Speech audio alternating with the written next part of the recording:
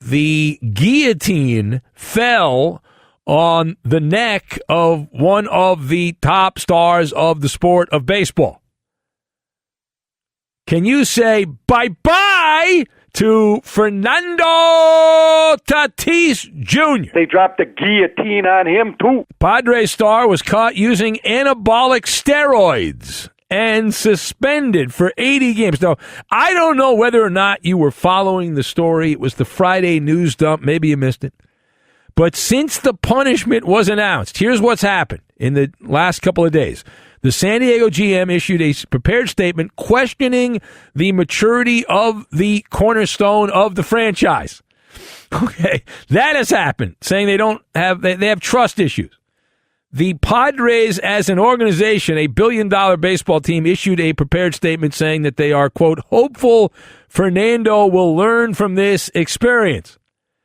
Tatis has claimed that it was all a misunderstanding, that he was using medication for ringworm. He then issued an apology. According to manager Bob Melvin, there was an apology that was issued. So let us discuss the question: how big a debacle is Fernando Tatis Jr.'s steroid suspension? So my observations here: you've got Voyager, Dingbats, and Notre Dame.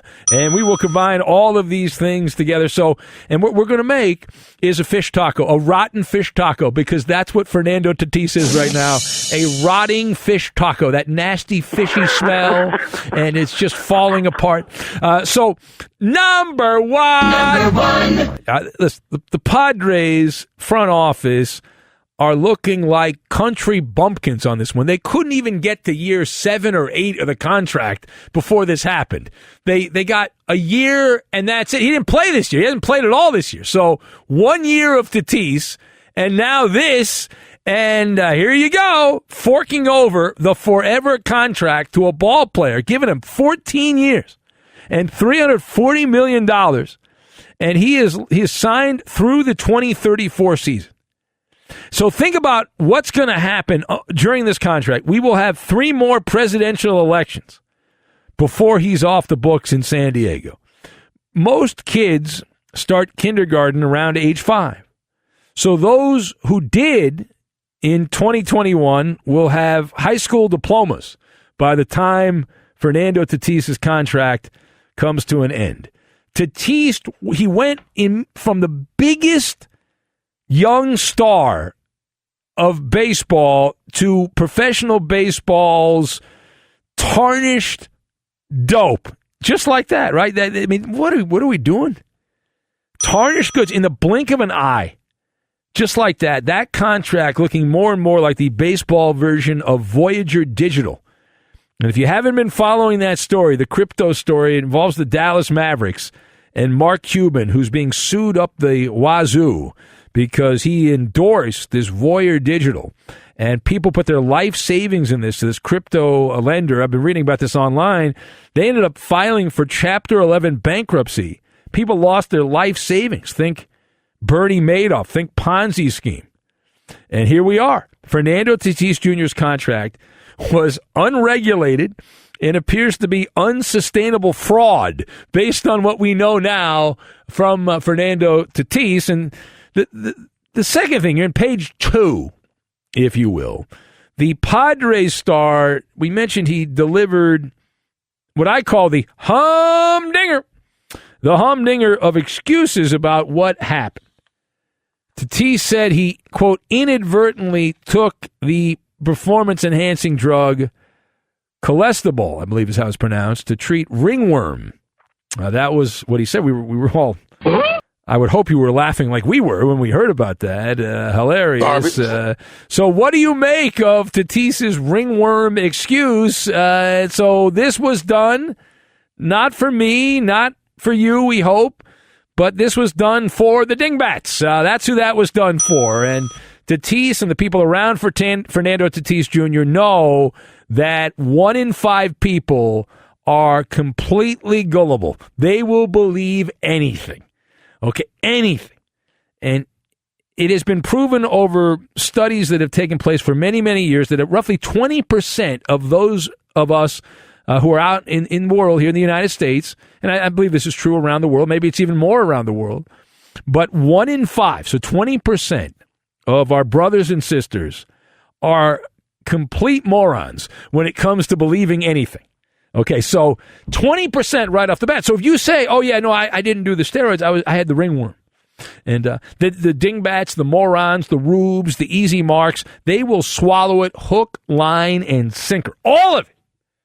Right? The rest of us are over in the corner rolling our eyes laughing. Well, this is really stupid. But from what we have been told, the drug in particular, cholesterol, the drug Tatis was caught with, is never prescribed for skin defects or ringworm. There's a drug that's close to it, but that's not the same drug. So what they're trying to do here, I know what they're trying to do. They're trying to muddy the waters, and some people won't really check up on it and all that, but it's not flying in these parts. It is a Schedule 4 anabolic steroid. Fernando Tatis Jr. was suspended for 80 games for doing a Schedule 4 anabolic steroid. That's it. That's all you need to know. If it was an honest mistake, if this was something where Tatis did get something from a doctor that said, hey, this is what it is, that's what the implication was, then what would have happened, there would have been a digital paper trail. And remember, this thing was not announced until after Tatis had decided not to appeal. He had approved and said, okay, I'm not going to appeal. The appeal's over. Either he didn't appeal or he appealed and it played out and he lost. But otherwise, they don't want to tarnish the player. And they've tarnished the player now, so that is over with. But if he had a legitimate excuse, there would have been evidence via a prescription from a doctor.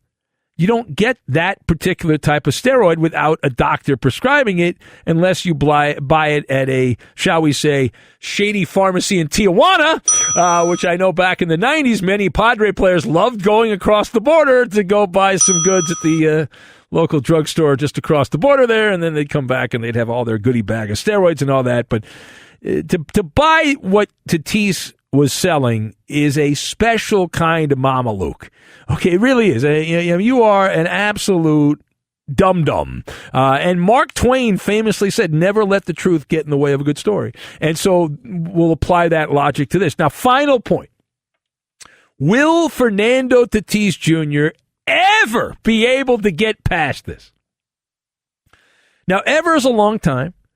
But if you ask me that right now, no. He has a red check mark next to his name, Fernando Tatis. I hope he is a fan of the Golden Domers because he's the new modern day. You think of Notre Dame, well, he is the Quasimodo, the hunchback of Notre Dame in baseball, the hunchback of the Padres, stigmatized, dramatized, all of that. He has been given a lifetime supply, Fernando Tatis, of cooties. He's got the baseball cooties, and he can't get rid of them. And it makes your mind wander. At least my mind wandered. I don't know about yours, but is Fernando Tatis legit? What if he's been doing this all along and he finally got caught? Normally, you don't get caught the first time. You do something untoward, you get away with it for a while, and eventually you get caught. So is it possible that Tatis is a total fraud? That remember you were a kid, you get the chocolate Easter bunny, you thought it was solid, you bite into it, and then it's hollow, and you're like, oh, crap, I got screwed. What if he's hollow? What if all of this was fake? What do you do? And is he just a product of PEDs, and he was able to hornswoggle the Padres to give him that contract? His father played for the Cardinals. You know who the manager of the Cardinals was? Tony La Russa. You know who La Russa has been associated with? PEDs his entire career. You know who was also on those Cardinal teams his old man played for? Tatis? Mark McGwire, one of the great steroid guys of our time. So everyone on those St. Louis teams is considered tainted. Now, Fernando Tatis Jr. did not have that next to his name. He does now. Does he lose the sparkle? Most guys did PEDs. And I was around a lot of those players back in the heyday in the 90s when guys were doing steroids. And as I remember it, most of the guys did steroids because they claimed everyone was doing them, but mostly because they wanted to get paid. The guys that were getting the big money were the steroid guys. And so they did it for financial reasons. They did the steroids, they claimed, because they wanted to get the big contract. Well, Fernando Tatis Jr. already got the money. He's got the forever contract, and he's still dabbling in the gym juice. Why is that? What is that all about? Is that because without it, does he turn into a pumpkin? Are we looking at a 250 hitter with 20 home runs a year? That's not a $340 million ball player. And keep in mind, the contract's backloaded. Like, he's not getting most of that contract right now. Tatis, the Padres are on the hook for that. He'll be making the $36 million, $35 million, whatever it is, years and years down the line, and he's not at that point right now. So he's already got his money. He got paid, and are the Padres about to get played here for over a decade? Over a decade still on the contract. That's an unimaginable amount of time. And so, downgrade. Every time Fernando Tatis Jr. strikes out, every time he has a slump where he goes 0 for 30, every time he goes a month where he hits one home run, people will whisper in hushed tones and say, I wonder if that's because he's not doing the steroids. I wonder if that's the case. Oh, and so if you're the Padres, what do? Well, you can't get the stank. There's not enough soap and water to get the stank off him because the rest of his career he's tarnished. So that you got that. But at this point, you've got to, I guess, hire a babysitter. Didn't Jerry Jones do? I hate to say that, but didn't Jerry do that with Des Bryant back in the day? You hired somebody to keep an eye on him 24 hours a day, a caretaker, if you will, a liaison. And so Fernando Tatis, if you're the Padres, too late to save his reputation and all that, but at least at this point, you got to do something, keep him away from the motorcycles, from the needles, all of that. But he's already done irreversible damage. And wow, in the span, the Padres, they won the trade deadline. They made the great trade. They went for it. They put all their chips in. And now all of their chips have turned out to be potato chips. It's craziness. Absolute zaniness that has happened in San Diego.